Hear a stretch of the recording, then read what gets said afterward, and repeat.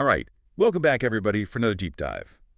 Today we're looking into something pretty interesting, a Senate confirmation vote that's causing quite a stir. Hmm, sounds intriguing. Yeah, and we're going to be focusing on a CBS News article that really breaks down this whole back and forth surrounding Russ Vaught's nomination. He's up to lead the Office of Management and Budget, or the OMB. The OMB, right? Yeah, exactly. And get this, we're talking late night debates, a court order against the administration. It's like a political thriller in real life. It's amazing how these nominations can just become like a lightning rod, Yeah. right? They just bring out so much about what's going on in politics. Absolutely. So before we get into all the drama, let's start with who is this Russ Vought? What's his background? Okay, so Russ Vought, he's a pretty familiar name if you follow conservative politics. He's 48 years old, and he's already held some pretty prominent positions in the OMB. We're talking director, acting director, and deputy director, all during President Trump's first term. Okay, so he's been around the block a few times. Definitely. But what's particularly interesting is his connection to the Heritage Foundation, and specifically their Project 2025. Yeah. Oh, and also his role in shaping the 2024 Republican National Committee platform. Yeah, that's interesting. Can you unpack that a little bit? What's the significance of those connections? Sure. So the Heritage Foundation, they're a well-known conservative think tank. They advocate for a lot of policies, free market principles, limited government intervention, and traditional social values. Right, right. And Vaught's involvement with them, especially with Project 2025, suggests he probably shares those viewpoints. And his work on the RNC platform, it kind of reinforces that idea. It shows he's likely aligned with the broader goals of the Republican Party.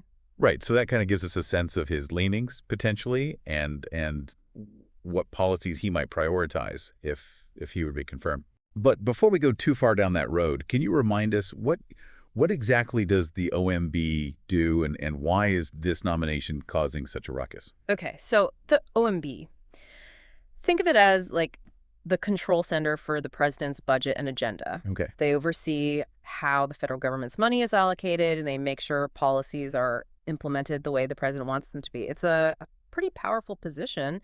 And, Vaught's nomination has sparked a lot of opposition, especially from the Democrats. Yeah, and the article really highlights that. All 47 Senate Democrats are against his confirmation. They even pulled an all-nighter, like they held the Senate floor in protest. Wow. And Senator Schumer, the Senate Minority Leader, he didn't hold back. He said that Vaught's confirmation would be a disaster for working families and a godsend to billionaires who don't pay their fair share in taxes. Those are some pretty strong words. What are the Democrats really worried about here? I think it comes down to this fear that Vaught's policies might favor certain economic groups over others. And that could put social programs, the ones that they see as safety nets, at risk. Okay, so can you give us like specific examples? What programs are they talking about? Sure. Think about programs like Medicare and Medicaid. Those provide health care to millions of Americans. Or SNP and TNF, they offer food and financial assistance to families in need. Right. Oh. Democrats are worried that Vaught, with his conservative leanings, might try to cut these programs, which could leave vulnerable people struggling. So it's not just about his political affiliations, but also the potential real-world impact of his decisions. That's exactly right. And their concerns aren't helped by this controversial memo the Trump administration issued. The one that directed a pause on federal assistance programs? Yeah, the memo. The article mentioned that. And it said it caused a huge uproar and a federal judge had to step in. What happened there? So basically, the memo told all federal agencies to stop funding a bunch of assistance programs. Wow. Yeah, it kind of sent shockwaves through the system. People were really worried about the administration's priorities. And it's not surprising a federal judge had to intervene. They issued a temporary order to block the freeze because they were worried about the harm it could cause. So a judge actually went against the administration's actions. That's pretty significant. It is. And even Senator Blumenthal expressed concern, saying that Vaught and President Trump might think they're above the law. That's a pretty strong statement. It is. And it shows how tense and distrustful the whole situation is. This isn't just about budgets anymore. It's about the balance of power and the rule of law. Okay, so we're seeing these big picture issues come into play. But so far, we've only heard one side of the story. What are the Republicans saying in Vaught's defense? Well, Senator Thune, he's the Senate Majority Leader, and he's been a big supporter of Vaught. He's praised his experience, saying he's got a lot of it, Yeah. and that he can hit the ground running if he's confirmed. Thune also emphasized that Vought is committed to tackling excessive spending and cutting burdensome government regulations. Right, which aligns with the Republican agenda we were talking about earlier. Yeah, great. So it sounds like the Republicans see Vought as someone who can put their vision for a smaller and more fiscally responsible government into action. Yeah, that's a good way to put it.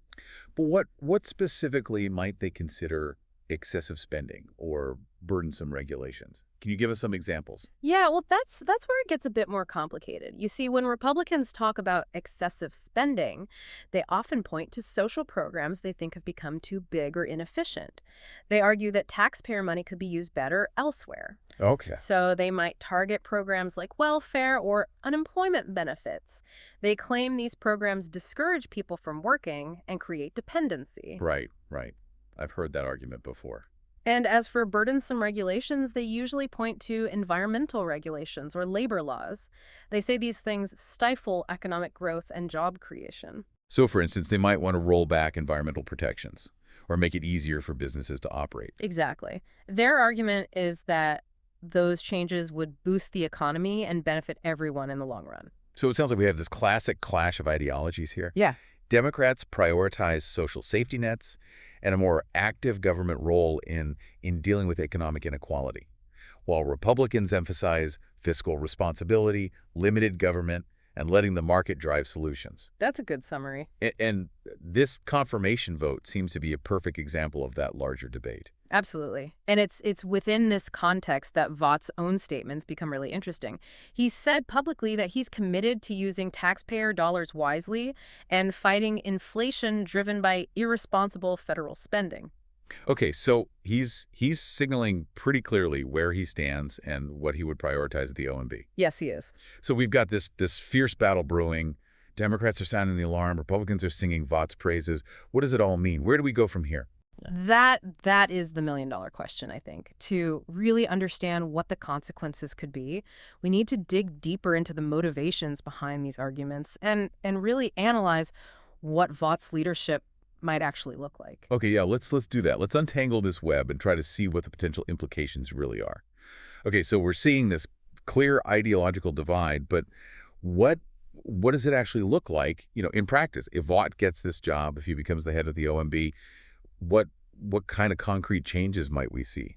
Well, we can kind of look at his background, right, and the Republican agenda and make some predictions. We can probably anticipate a real shift towards tighter budgets for a lot of federal agencies. Okay, so what does that mean, tighter budgets? It likely means they'll be much more strict about how they give out money, a bigger emphasis on cutting what they see as excessive spending, that kind of thing. So, give us some actual examples. What programs, what areas might they target? I mean, it's tough to say for sure, but if we kind of follow the logic of their arguments, we can make some educated guesses. Social welfare programs like SMP, TAF, the ones that help low-income families with food and financial assistance, those could see cuts. And funding for environmental protection like the EPA, they might scale that back too. It's all part of this effort to reduce what they see as those burdensome regulations. And I imagine the Democrats wouldn't be too happy about cuts to these programs. Oh, absolutely not. They'd argue that those cuts would really hurt vulnerable populations, and that it would make existing inequalities even worse. They'd probably fight to keep funding for these programs the same or even increase it, saying that we need a strong safety net, especially when the economy is uncertain. So it's more than just some theoretical debate about numbers and a budget. It's really about a struggle over values, about what we prioritize as a society. Yeah, exactly. It's about whose needs get met and whose needs get left behind. And that's what makes this whole thing so politically charged, right? The decisions made at the OMB, they have a direct impact on people's lives. They affect healthcare, education, social services, the environment, you name it. Yeah, it's really bringing home the human impact of all this, isn't it? It's not just some abstract idea of budgeting. It's about real people's lives. Exactly. It's about the choices we make as a society and who benefits from those choices and who doesn't. It really makes you think about the bigger picture, doesn't it? What stands out to you most about all of this? What strikes me is how this confirmation vote has basically become this symbol, right? This symbol of this much bigger fight about the role of government. On one side, you have people who really believe in a limited government, one that focuses mainly on keeping things fiscally sound and letting the free market do its thing. And on the other side, you have people who believe in a more active government, one that really steps in to make sure people are taken care of, with social programs, and one that regulates the economy. Right. And it seems like that divide, that fundamental divide, it's just everywhere these days. It's in every political conversation. Is there any hope for finding common ground, or are we just stuck in this endless cycle of gridlock? I mean, that is the question, isn't it? To find common ground, people have to actually want to talk to each other. They have to be willing to listen to the other side, try to understand where they're coming from, and they have to be willing to find solutions that work for more than just their own side. It sounds pretty idealistic in our current climate, doesn't it? Compromise is like a dirty word these days. Yeah, it's definitely a challenge, but I don't think it's impossible. We've seen it happen before, right, in our history. Times when people with really strong opposite views were able to come together, have a conversation, and find a way forward. Yeah, you're right. There's always hope for that.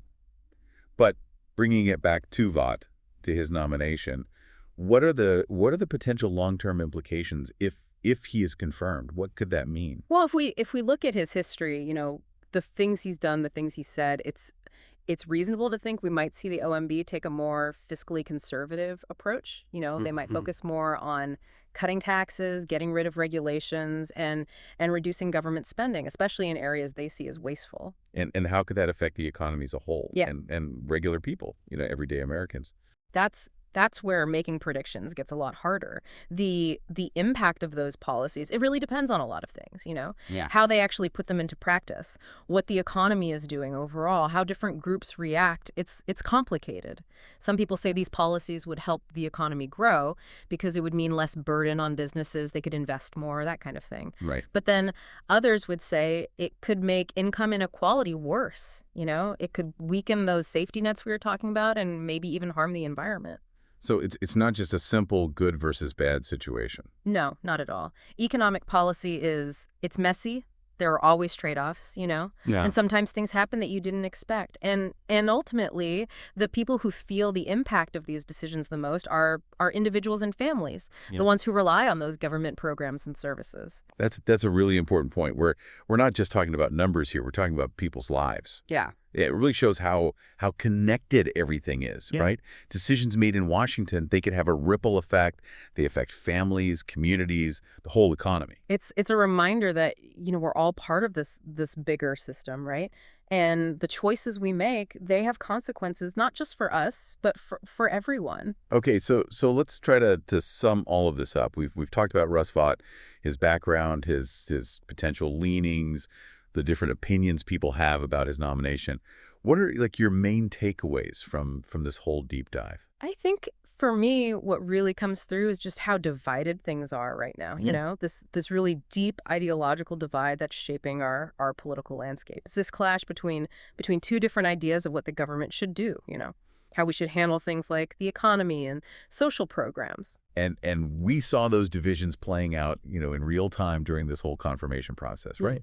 The Democrats, they were completely against Vaught's nomination. They even held that all-night protest to make their point. Yeah, and that really shows how worried they are. They're concerned that if Vought is in charge of the OMB, it'll be like a huge shift towards policies that they think would hurt a lot of people, especially those who depend on government programs. And the Republicans, on the other hand, they've been Vaught's biggest supporters. They keep talking about his experience, his commitment to fiscal responsibility. Right. They see him as someone who can, carry out their vision, for a smaller government, one that's more careful with its money. And they think he's the guy to do it. So it all comes down to this fundamental difference in how they see the role of government, how they think we should handle the economy.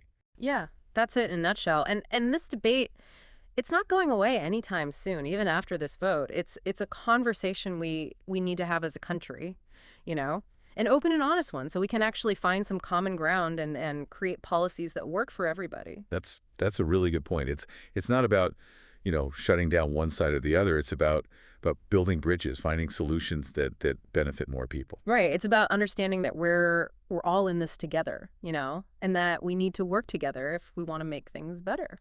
Before we wrap things up, I want to go back to that memo we talked about, the one that said to stop funding federal assistance programs, the one that even a judge had to get involved with.